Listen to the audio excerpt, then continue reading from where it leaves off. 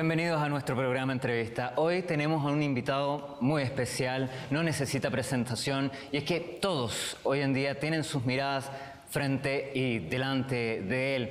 Presidente Nicolás Maduro, muchas gracias por darnos parte de su tiempo cuando existe tanta tensión sobre Venezuela, sobre su presidencia. Lo anunciaron y así lo hicieron. Reconocieron a Juan Guaidó como presidente encargado. España, Francia, Reino Unido, Alemania, otros países. ¿Qué opinión le merece? ¿Se siente perseguido? Yo creo que han cometido un error político, diplomático, y han dado un paso en falso. Primero con el ultimátum. Las relaciones internacionales en el siglo XXI no pueden funcionar con ultimátum. País que le diga al otro, te doy 7 días para que hagas tal cosa, de acuerdo a mis intereses, si no lo haces, te ataco o hago algo.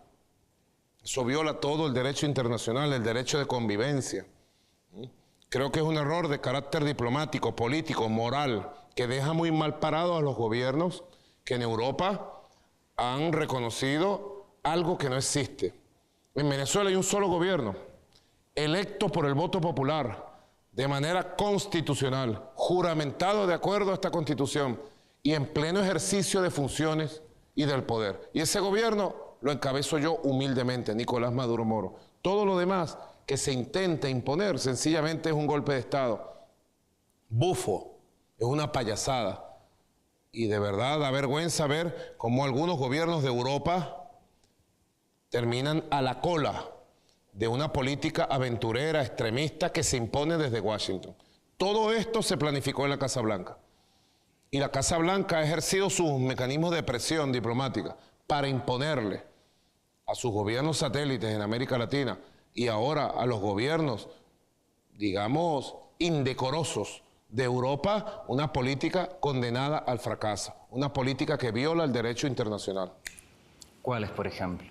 ¿A qué gobierno se refieren? Bueno, los gobiernos del llamado Cartel de Lima son gobiernos subordinados a la política estadounidense, que le están haciendo un gran daño a la integración de América Latina y el Caribe, y que han pretendido por primera vez en nuestra historia imponernos las reglas de juego, gobernarnos desde el exterior, hacerle daño al país.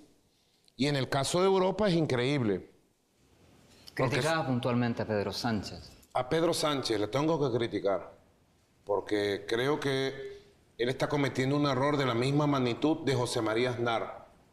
Cuando la guerra de Irak, José María Aznar se puso al servicio de la política de George Bush y se llenó de sangre para siempre. José María Aznar está marcado en la historia por la masacre, la guerra en Irak.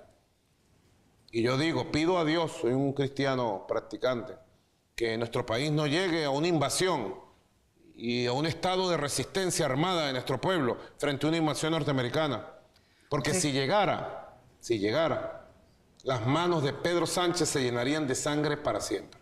¿Y usted no tiene miedo de cómo podría pasar a la historia? ¿Cómo cree que va a pasar usted a la historia?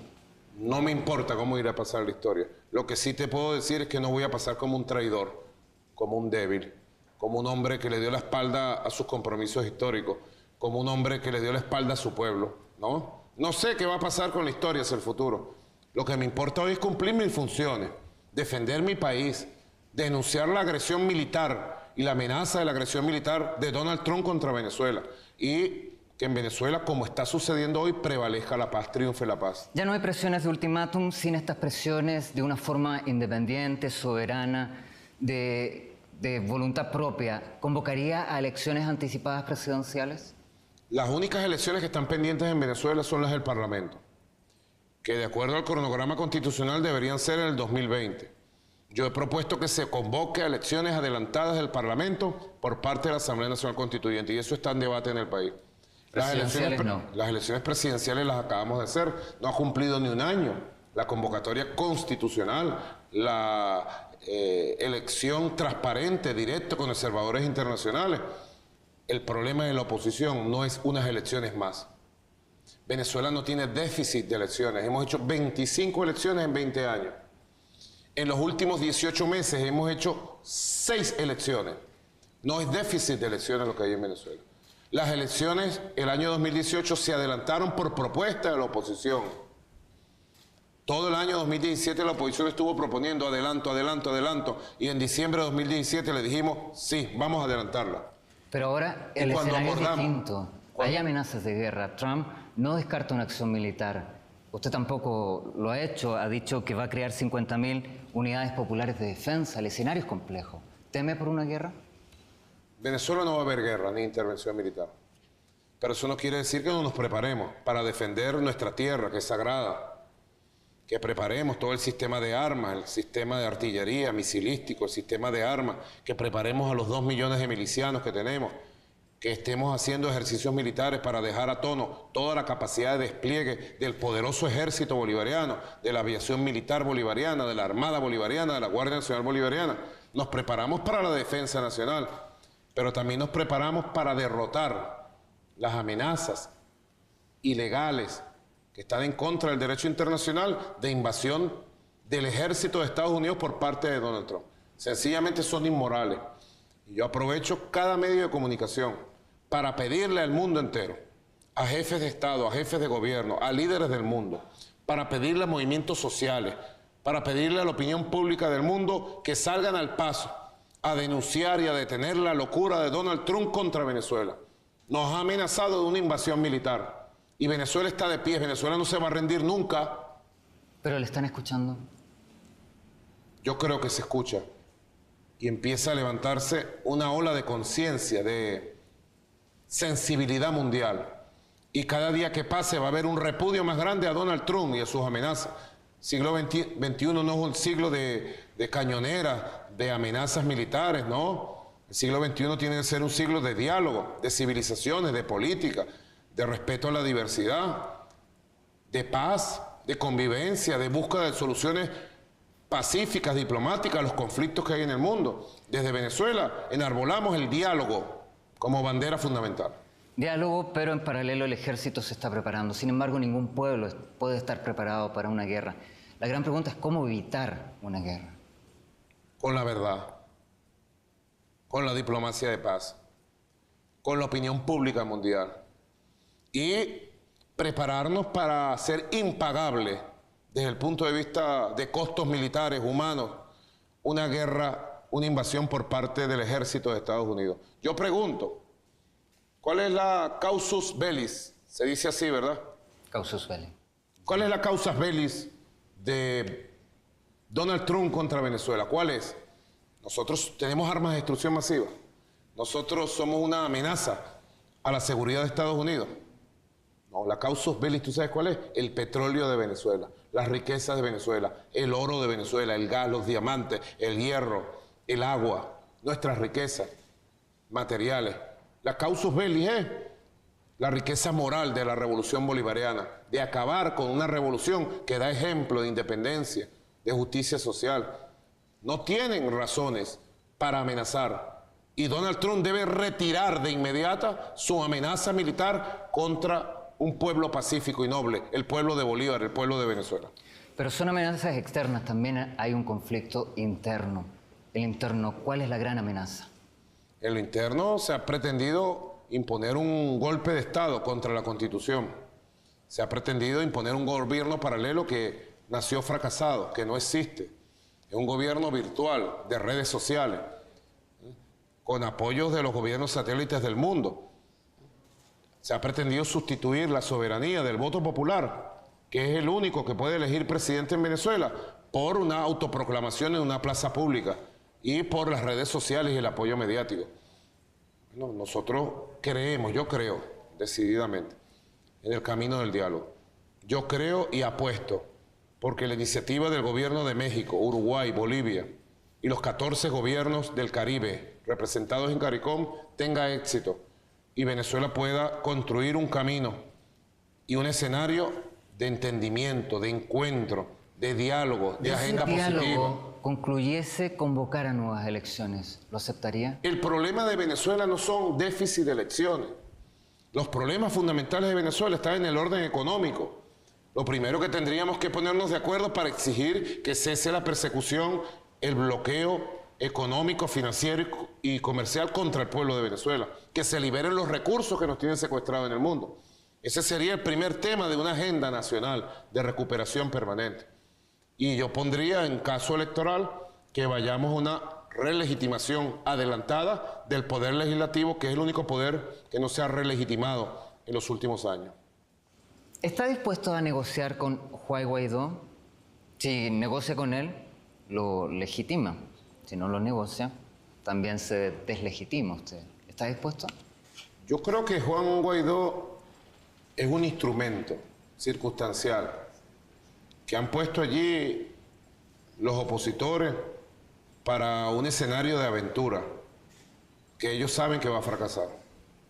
Yo estoy dispuesto, como siempre he estado dispuesto, y he llamado más de 300 veces a un diálogo con todos los partidos políticos, con todos los líderes auténticos y verdaderos de la oposición venezolana, que van mucho más allá de este muchacho, de este señor, mucho más allá. Los partidos políticos, los líderes de la oposición, a sentarnos en una mesa, con una agenda abierta, a construir una ruta de paz para Venezuela, de recuperación para Venezuela. Pero se niegan a negociar, a sentarse, a dialogar. ¿Se sienten en una encrucijada? Si ellos se niegan, pasará lo que siempre ha pasado en Venezuela. La paz se va a imponer por la vía de los hechos y Venezuela va a seguir su rumbo. Estas amenazas militares que ha hecho el gobierno de Estados Unidos contra Venezuela, lo que hacen es radicalizar la conciencia nacional de la necesidad de paz. Si ellos se niegan a dialogar y acatan la orden del gobierno de Estados Unidos de no diálogo, van a quedar muy mal parados ante la opinión pública nacional, porque de acuerdo a todas las encuestas, más del 80% de los venezolanos y venezolanas quieren diálogo y soluciones pacíficas a los problemas que tenemos. En lo internacional, Trump tampoco está dispuesto a dialogar. México propone esa iniciativa. En lo mundial, ¿México ha sido un factor clave? ¿Rusia, China? ¿Cómo solucionar esta crisis a lo global? Yo agradezco la posición dialogante, diplomática, de la mayoría de los gobiernos del mundo, decenas de gobiernos del mundo. Agradezco la posición firme, clara, del gobierno del presidente Vladimir Putin, que ha salido al paso a denunciar la verdad de la agresión contra Venezuela y el intento de cambio de régimen, de golpe de Estado. Agradezco la posición del presidente Xi Jinping, la República Popular China. Agradezco la posición del presidente de Turquía y de primeros ministros y presidentes del mundo entero. Y particular en América Latina, me parece muy interesante y estoy de acuerdo, apoyo la iniciativa del presidente Andrés Manuel López Obrador de México, del presidente Tabaré de Uruguay, del presidente Evo Morales de Bolivia y de los 14 primeros ministros de los 14 países del CARICOM, que el día 6 y 7 de febrero van a iniciar una ronda de conversaciones para una conferencia de paz donde todas las partes en Venezuela participemos en un diálogo necesario. Yo creo en el diálogo. Creo que el camino siempre es por la vía del entendimiento, de la palabra. Creo en la palabra, creo en la política. No creo en la guerra, no creo en la violencia, no creo en las amenazas de guerra. Y ten la seguridad que en Venezuela va a prevalecer la paz, va a prevalecer la palabra. Quieran o no quieran ellos, va a prevalecer la paz. De lo interno le preocupa la situación económica. Hablemos entonces de economía. Mucho. Índices de superinflación que son realmente preocupantes, pero a su vez faltan estudios, indicadores económicos que permitan enfrentar un plan de gobierno económico. ¿Cómo pretende reactivar la economía? Yo eché a andar en el mes de agosto un programa de recuperación económica, crecimiento y prosperidad, con 11 líneas vitales para ir logrando el equilibrio fiscal, monetario, para ir logrando el incremento de las inversiones. Ese es un plan que ha tenido buenos momentos, momentos de bajón. Yo creo que es el plan correcto. Nosotros tenemos como elemento central hoy la recuperación del crecimiento económico, de la productividad y la producción nacional. Y además tenemos un elemento clave, controlar los mecanismos perversos que crean e inducen una hiperinflación que daña la vida todos los días de los venezolanos. Nosotros tenemos una política de protección social del empleo, de la seguridad social, del ingreso nacional, de las pensiones. Tenemos una política para proteger la educación pública, la salud pública, la vivienda, la cultura, la recreación. Y tenemos una revisión permanente de los salarios y de los ingresos de los trabajadores, pero sin lugar a dudas la hiperinflación producida por un tipo de cambio paralelo, criminal, nos hace un daño tremendo. En eso estoy concentrado ahorita, en un conjunto de políticas de mercado que comienzan a dar buenos resultados.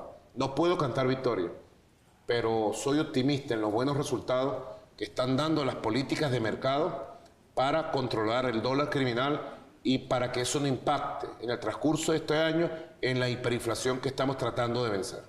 Ejemplos concretos. Hoy por hoy estamos en una doble línea de acción. Uno, por razones y vías de mercado, controlar, y hemos hecho bajar el precio de ese dólar criminal, dólar paralelo, y estamos creando nuevos parámetros de fijación del valor real de la moneda extranjera. Y por otro lado, estamos ensayando un sistema de precios acordados para los productos, que no permita el impacto directo del precio a los productos. Nosotros estamos enfrentando una guerra económica, ha sido cruenta. Hemos elevado ciertos niveles de producción, productividad, pero es el tema central de los venezolanos. Los venezolanos tenemos todo para una recuperación acelerada y para un proceso de creación de riqueza, de prosperidad, que levante a nuestro país otra vez hacia estándares superiores de calidad de vida, de protección social, de seguridad social. Bueno, hablando de los embargos, de las sanciones, Citgo y PDVSA, ¿cómo pretende paliar para seguir ejecutando su plan de gobierno pese a esas sanciones? Bueno, lo que ha hecho el gobierno de Estados Unidos la semana pasada de congelar las cuentas de Citgo, que es una poderosa empresa que en los Estados Unidos hace servicio de energía, una empresa propiedad de los venezolanos, de PDVSA. Han tomado una medida de embargo, de confiscación ilegal a la luz de las leyes de Estados Unidos. Estamos dando la batalla legal, la batalla jurídica, por la verdad jurídica. Lo que han hecho no tiene nombre. Nunca se ha hecho contra ningún país arrebatarle las cuentas bancarias, arrebatarle la propiedad y el funcionamiento de la empresa. Nosotros estamos actuando. Mientras se resuelve eso, porque ya las vías van a ser lentas, ¿cómo va a mantener al país? Bueno, nosotros no dependemos de esos ingresos. Debe saber el mundo, porque ellos venden como un gran logro la congelación de esas cuentas. Venezuela no depende de esos ingresos. Y ahora todo el petróleo que nosotros le vendíamos a Citgo, si se lo quieren llevar de Venezuela, tienen que pagar cash, en efectivo, en el puerto petrolero de Venezuela, para poder sacar los buques. Antes los buques se iban y luego por cartas de crédito, 30 días, 60 días, se procedía al pago de todo el petróleo venezolano. Ahora tiene que ser cash. Así que Venezuela no depende de esos ingresos. Estamos dando una batalla por razón de justicia, pero Venezuela tiene la capacidad para vender su petróleo en el mundo. Lo estamos vendiendo. ¿A quiénes ahora? Al mundo, hay mucho mercado en el mundo asiático, a China, a India. Tenemos muchos mercados a través de empresas rusas. Es distinto a Estados Unidos, que está al lado. Los costos de transporte son mucho más elevados. Pero mantenemos nuestra independencia en la venta de nuestro producto. Y nosotros vamos a seguir en un plan en el cual estoy empeñado por elevar de 1.500.000 barriles que producimos hoy a 2.500.000 a mediados de año, para que Venezuela tenga los ingresos necesarios y suficientes para apuntalar, para apalancar la recuperación económica. Usted dice independencia, mantener la independencia versus los beneficios económicos. Con esa misma independencia, ¿va a aceptar o no el ingreso de ayuda humanitaria que le ofrecieron desde el extranjero a Guaidó? Es un show político. Todo lo que han llamado la ayuda humanitaria. El imperialismo no ayuda a nadie en el mundo. A nadie. Dime en qué lugar del mundo han llevado ayuda humanitaria. Lo que han llevado es bombas. Bombas para destruir Afganistán, Irak, Libia, Siria, para provocar muertes. Es un show, así de sencillo. Venezuela no se va a convertir en un país dependiente ni mendigo del mundo. Venezuela tiene la capacidad para producir lo que necesita, para importar lo que necesitamos. Todos los años de la vida los tenemos. Yo te puedo poner un ejemplo. Nosotros atendemos con un programa llamado Comité Local de Abastecimiento y Producción, CLAC, 6 millones de hogares. Le llevamos el mercado de 24 productos, por lo menos cada 20 días, a 6 millones de hogares, combinando producción nacional y combinando productos importados. 6 millones de hogares de manera fija, miles de toneladas, miles de toneladas. Eso es un verdadero plan de ayuda humanitaria. Y nosotros vamos a seguir garantizando que nuestro pueblo tenga educación, salud, alimento, acceso al trabajo, como hoy por hoy lo tiene. Todo lo demás es un show barato que No pretende va a aceptar, justificar entonces. una intervención. No va a aceptar No voy entonces a aceptar ningún tipo de intervencionismo, ten la seguridad. aun cuando esté bajo el nombre de ayuda humanitaria. Así lo vistan de seda, así lo vistan de oro. Venezuela no es un país de mendigos y a Venezuela la vamos a hacer respetar. En ese mismo sentido, entonces, usted ha enumerado numerosos logros de los 20 años de la revolución. ¿Cuántos años más se necesita para alcanzar el sueño al completo? Nadie pudiera decírtelo de verdad, siendo sincero. Para alcanzar el sueño de independencia republicana, hemos tenido una jornada de 200 años. Los procesos históricos a veces se aceleran, a veces se extienden los plazos. Sin lugar a dudas, la Venezuela que existía hace 20 años, desde el punto de vista de los derechos del pueblo, es muy distinta hoy. Un pueblo con su derecho a la educación, a la salud, a la vivienda, a la recreación, al trabajo estable. Un pueblo que tiene todavía muchos retos y muchas necesidades por resolver. Y seguramente yo creo que para las grandes tareas de la economía, del aparato productivo nuevo, yo creo que Venezuela va a necesitar por lo menos 10 años más en el apuntalamiento de un aparato productivo sólido desde el punto de vista tecnológico sustentable y que genere la suficiente diversidad en la riqueza nacional para no depender de un solo producto, el petróleo. 10 años más de revolución con Maduro, vendrán otros. Bueno, seguramente hay nuevos líderes y lideresas. Se decía mucho que cuando el comandante Chávez no estuviera, la revolución se acababa. El comandante Chávez sembró, formó una generación, formó una dirección colectiva. El comandante Chávez en su momento me entregó la batuta a mí, me dio la confianza. Y yo he estado al frente de nuestra república, de nuestra revolución estos 6 años. Pero ten la seguridad que hay un liderazgo colectivo, que hay un liderazgo con capacidad para ir mucho más allá de Maduro en cualquier momento. Muchos se han aburrido y en lugar de salir a buscar los problemas de la población han salido del país, en definitiva, de la patria. Cifras oficiales no las hay. La ONU dice 5 millones. Desde su gobierno se han planteado entre 600 y 900 mil. Pero más allá del número, ¿comparte el sentimiento de esa gente que se va? Yo te digo, nosotros tenemos indicadores internos del país muy poderosos. Por ejemplo, la matrícula escolar. Para el periodo de este 2018-2019 aumentó la matrícula escolar en el país 7%. Estamos llegando a un 90% de cobertura de educación inicial, primaria, secundaria y universitaria. El consumo de electricidad subió un 6%. El número de trabajadores trabajando efectivamente subió un 7%. Son indicadores concretos de trabajo, de empleo, de consumo eléctrico. El consumo de gasolina subió bárbaramente un 12%. De matrícula escolar. Eso te dice el movimiento de las ciudades. Si aquí en Venezuela se hubieran ido 3, 5 millones, tuviéramos ciudades fantasmas. Somos apenas 30 millones de habitantes. Venezuela, al contrario, es un país receptor. Tú debes saber, en Venezuela viven 5.800.000 colombianos. ¿Pero Donde tú indicadores camines- de migración los tienen? Pero déjame terminarte esta parte y ya te contesto. Donde tú vayas, aquí consigues a un colombiano, a una colombiana. En Venezuela viven más de 300.000 ecuatorianos, más de 300.000 peruanos, casi 1 millón de árabes. Eso no se sabe en el mundo. 300.000 portugueses, 300.000 españoles.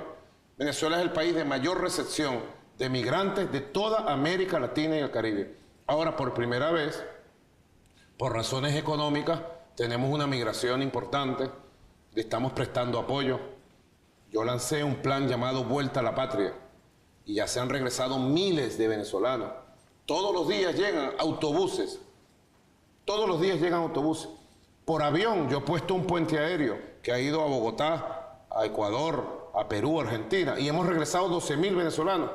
Tenemos 50.000 venezolanos inscritos en la Embajada de Chile, de Argentina, de Ecuador, de Perú, para regresarse. Muchos venezolanos se fueron con una esperanza de mejoría. ¿Y qué encontraron? Xenofobia, persecución, explotación. Muchos han salido, decíamos, bueno, John Bolton le ha invitado a jubilarse en una playa fuera de Venezuela. ¿Dónde se jubilaría usted?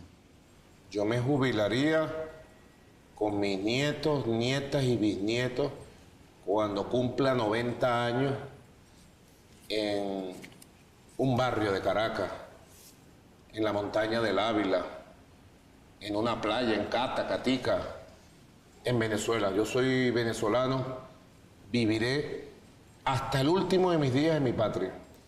Todas estas locuras obsesivas de la Casa Blanca, de John Bolton, de Donald Trump, sencillamente se van a estrellar contra la realidad. Ellos nos subestiman. Yo siento que nos desprecian. Donald Trump, John Bolton, Mike Pompeo, Mike Pence, tienen un desprecio. Son una supremacía blanca, imperialista, que tiene el poder en los Estados Unidos.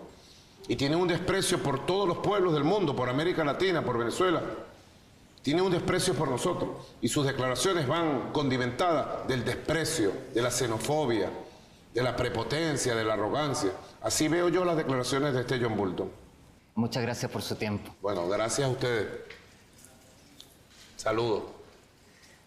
Llegamos así al final de esta edición de nuestro programa de entrevista. Nos vemos en una próxima entrevista.